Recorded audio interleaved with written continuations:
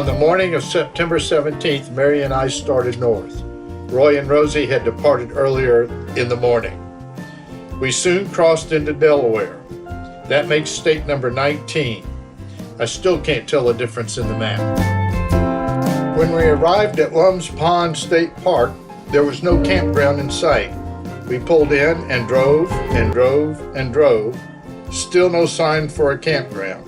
Fortunately, at the end of the road, there was a recreational area with plenty of room to turn around. We asked a lady about the campground. She had no idea. We started out. We then saw a large group of police officers. Who better to ask for directions?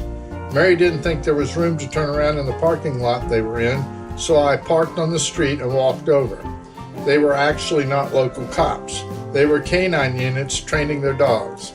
They had no idea where the campground was. So much for police assistance. Further down the road, we saw a maintenance work crew. There was a female ranger with them, and she knew exactly where the campground was. The trouble was, it wasn't here. The campground was in another section several miles away. She gave us directions. All the campground sites were grass. There were no hookups, and so you just parked.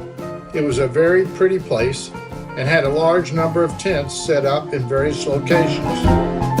There just weren't any people. Later we figured out this was a youth group camping, and they must have all been away at some activity. We found our location and began to set up. The level jacks would not go down.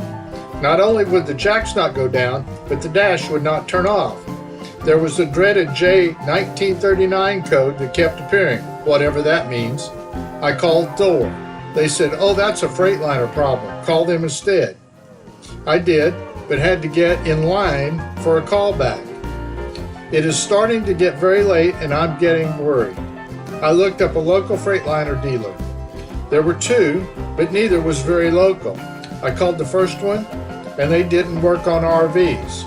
I called the second one and they said they would work on it, but I was a long way off and they were going to close. A very helpful technician said that maybe he could help me over the phone. I had to turn off all the batteries to the coach by turning them off inside the battery bay, then wait a while and bring everything back online. It worked. We got set up, but of course not hooked up. We took our lawn chairs outside and just enjoyed the weather, sitting under the tree and reading for a while. We made some hamburgers, went for a walk, and had a very relaxing day. I have learned that you need a few of those along the way. During the evening, alarms started going off. We were running low on electricity. I had to start the generator and run it for a while, even though it was probably quiet time in the park.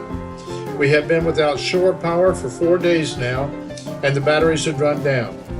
The 4 days consisted of 1 day at Walmart, 2 days at Assateague National Shore, and now 1 day at Lums Pond.